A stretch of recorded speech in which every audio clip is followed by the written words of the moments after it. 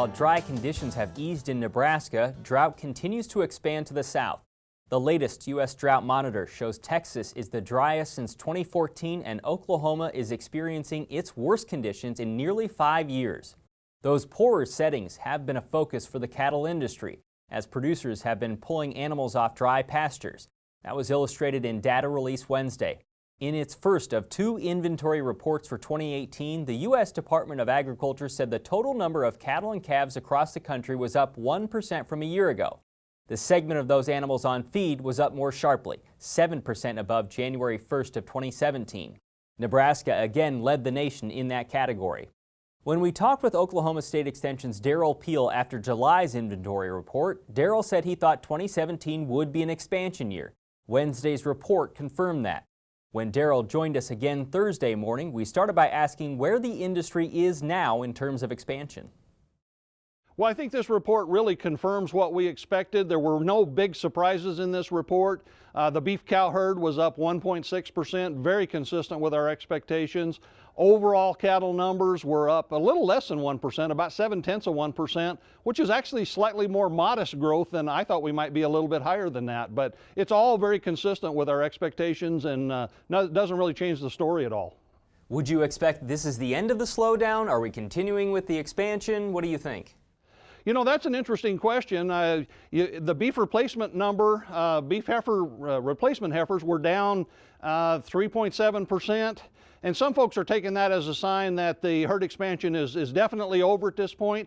I think there's another way to look at it. If you take the number of replacement heifers as a percent of the beef cow herd, which is a number I like to look at, it's still actually high by historical standards. We're coming down off the peak levels from a couple of years ago, but that number's still big enough. It tells me that we have some capacity for some additional growth in 2018. So I think we have to wait and see. It doesn't have to happen, and it probably would be something less than 1%. But I think there's still some potential here for a little bit more growth in 2018. Right, I think that's the question. Where do you think is the right level for the industry to be at? Well, at this point in time, you know, demand has been so good. 2017 was really a pleasant surprise because of demand.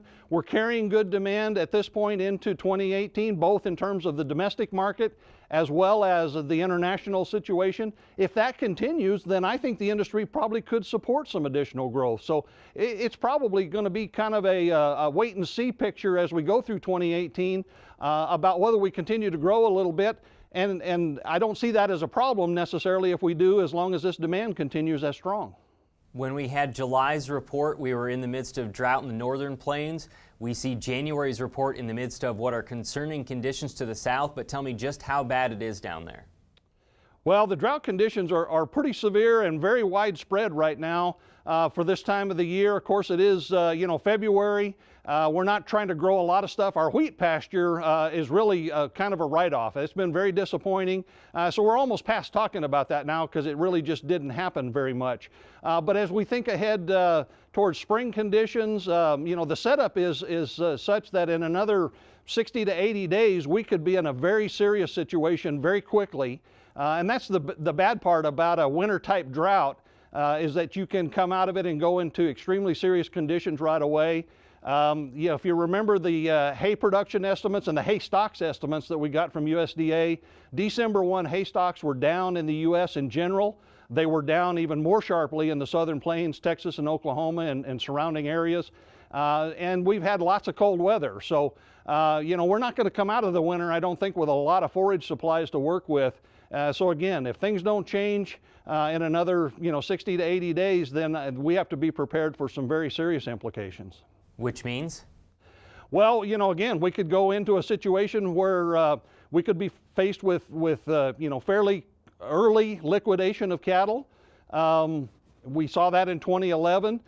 Certainly, I'm encouraging producers on an individual level to take stock now of where you are with your forage supplies and kind of make a plan now before you get into a situation where you really don't have any alternatives. Think about what you can do, what you realistically can hold together, and also then make a plan for sort of what order you would start liquidating things if you get into a situation where that becomes your only alternative. A lot of those animals have been pulled off and put into feedlots. Are there more that can be pulled off? As far as feeder supplies, interesting, the annual inventory report includes an estimate of cattle grazing small grains pastures. We talked about how disappointing wheat pasture was. The estimate for Texas, Oklahoma, and Kansas, those 3 states, was down 17%. Yeah, it was a long ways down.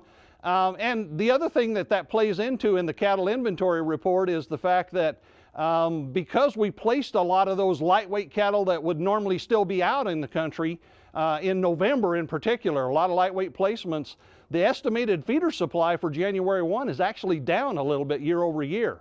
And that doesn't mean overall animal numbers are down, it just means we moved them into feedlots quicker as a result of that, and that's a reflection of the drought conditions. So we've already taken a lot of those cattle out of the country at this point.